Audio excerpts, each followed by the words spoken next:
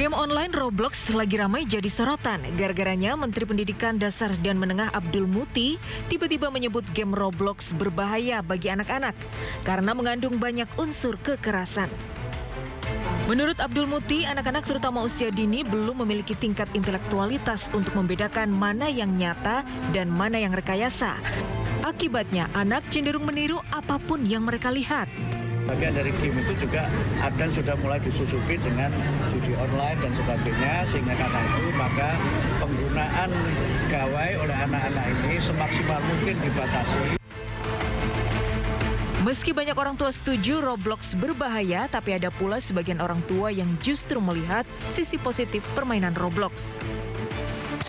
Dalam sebuah acara talkshow di RCTI, artis Ashanti mengaku anak-anaknya tidak main game online, termasuk Roblox.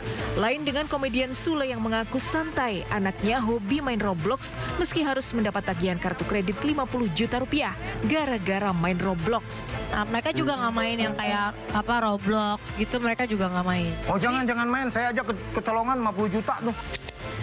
Ada pro dan kontra. Pemerhati anak Seto Mulyadi meminta ada pengawasan dari pemerintah, sekolah, dan orang tua terhadap permainan game online oleh anak-anak.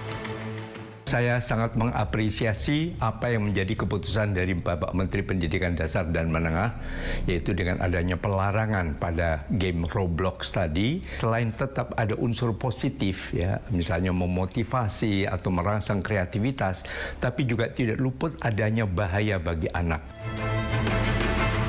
Orang tua harus pilih-pilih game online yang tepat untuk anak-anaknya. Sisi positifnya, beberapa game online melatih fokus, kemampuan komunikasi, hingga menumbuhkan daya pikir strategi. Tapi sisi negatifnya, game online bisa membuat kecanduan hingga memicu masalah kesehatan fisik. Game online yang mengandung unsur kekerasan juga membahayakan mental dan perilaku anak. Saat layar ponsel menyala di pagi hari, ribuan anak Indonesia terpesona menelusuri dunia warna-warni Roblox. Namun suara tegas Mendikdasmen Abdul Muti mengingatkan kekerasan dan kata-kata tidak pantas dalam game tidak boleh jadi bagian dari pendidikan anak-anak kita. Urgensi pengawasan jadi hal yang utama. Kita ulas bersama dengan Komisioner KPAI Aris Adi Leksono. Terima kasih Pak Aris sudah bergabung di Sindo Prime. Pak Aris, bagaimana KPAI menilai dampak psikologis dan sosial penggunaan Roblox pada anak-anak usia SD ini, Pak? Ya, saya kira dengan melihat beberapa kasus ya, bagaimana Roblox ini digunakan oleh oknum-oknum tertentu untuk hal-hal yang negatif ya. Mulai dari meng-grooming dan seterusnya, akhirnya anak ada yang kemudian menjadi korban kekerasan dari aplikasi atau game Roblox ini begitu. Dan juga saya sendiri menyaksikan gitu di lingkungan sekitar saya ini anak-anak yang kemudian tiba-tiba berkata-kata yang kasar gitu, kurang pantas begitu ya, kasar, kurang pantas, bahkan ada yang mengatakan binatang dan seterusnya, itu berawal dari mengikuti game Roblox ini begitu. Saya kira ini satu hal yang kemudian berdampak negatif dan saya kira pemerintah harus hadir untuk kemudian menyikapi ini.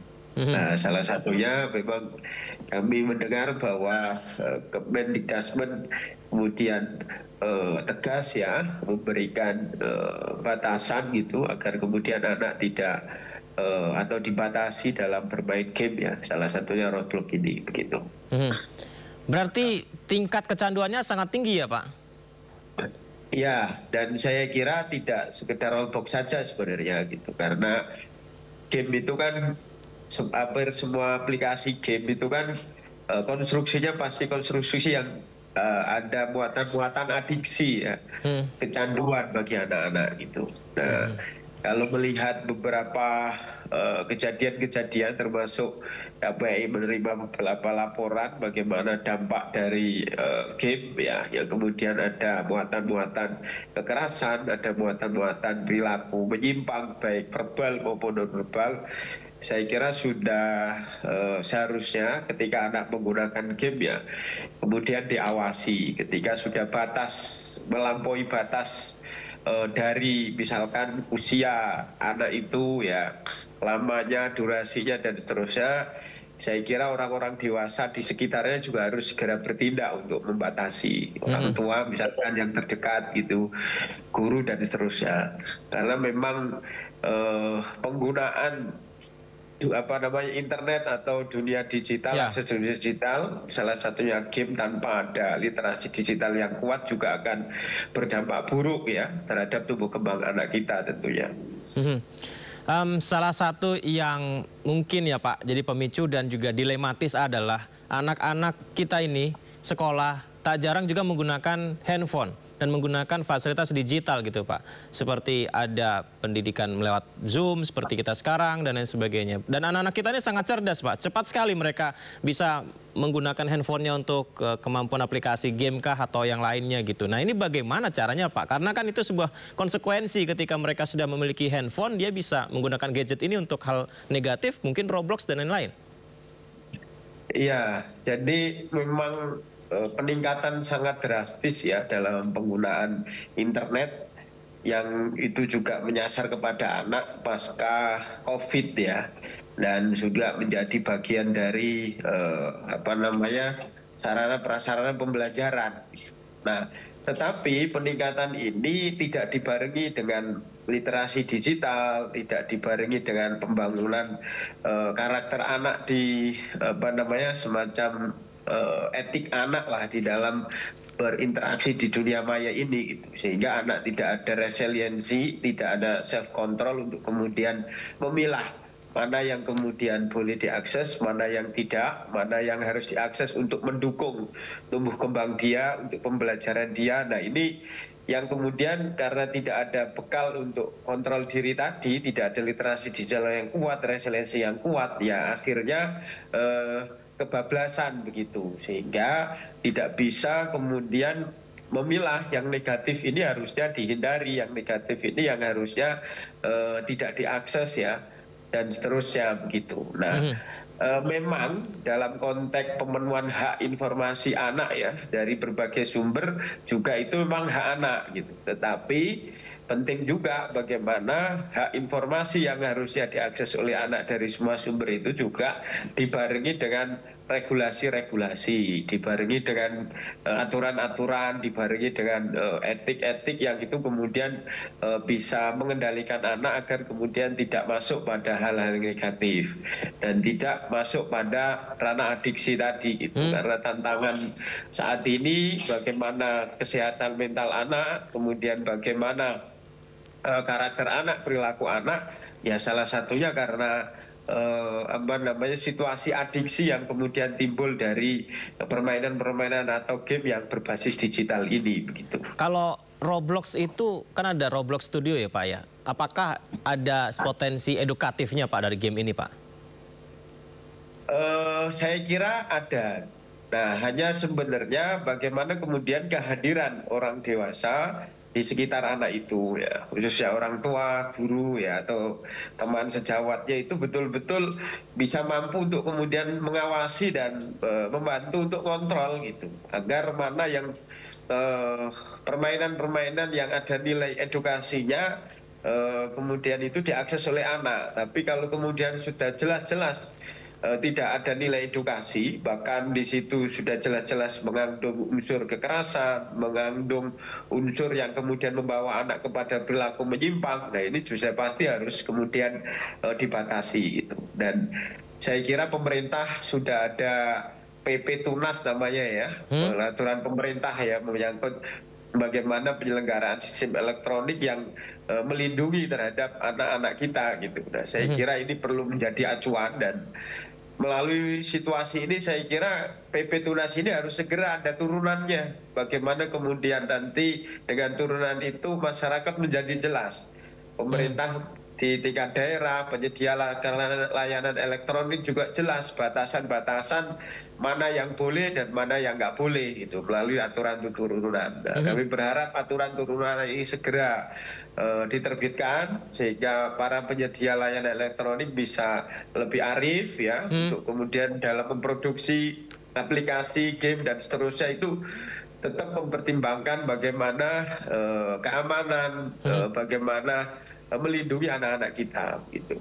Baik, Pak Aris, kita lanjutkan dialog kita, Pak. Ini kita bicara soal literasi digital ya, Pak ya. Ini saya juga dapat pertanyaan di media sosial saya nih, Pak. Katanya begini, kalau memang literasi digital kurang, kemudian ada kecenderungan adiksi dan perilaku agresif dari game Roblox, kenapa nggak game Robloxnya diblokir aja? Kalau kayak gitu, bijak nggak, Pak Aris? Ya, saya kira di dalam PP Tunas sudah diatur bagaimana penyedia layanan elektronik itu harus mematuhi regulasi-regulasi itu.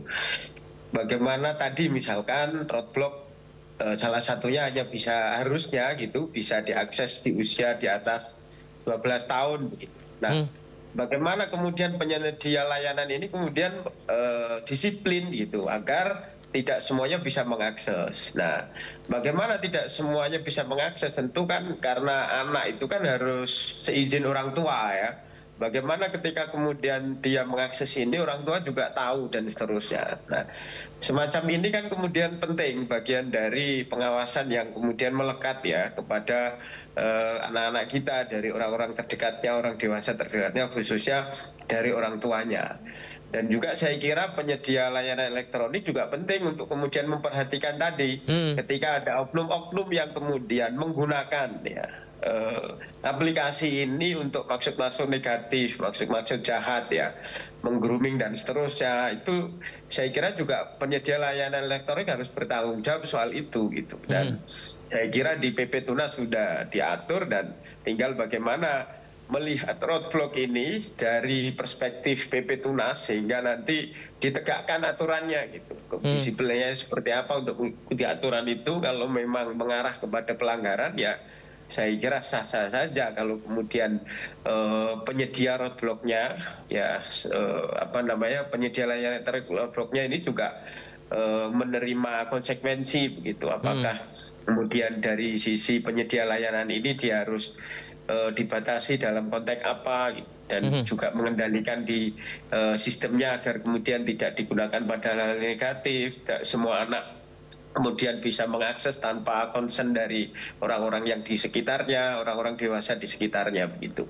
Kadang yang mengkhawatirkan main gamenya sampai dini hari loh Pak, anak-anak sekarang. Cuman ketika ditegur lebih galakkan anaknya daripada orang tuanya Pak. Terus suka membandingkan, orang tuanya saja main HP terus, masa anaknya nggak boleh? Kadang kayak gitu ya, agak sulit tuh Pak Aris. Ya, lagi-lagi di sini kan soal keterampilan pengasuhan ya, yang juga harus diperkuat. Karena sepanjang kami melakukan pengawasan dan menyimpulkan ada dua tantangan tumbuh kembang anak kita saat ini. Pertama adalah tantangan pengasuhan.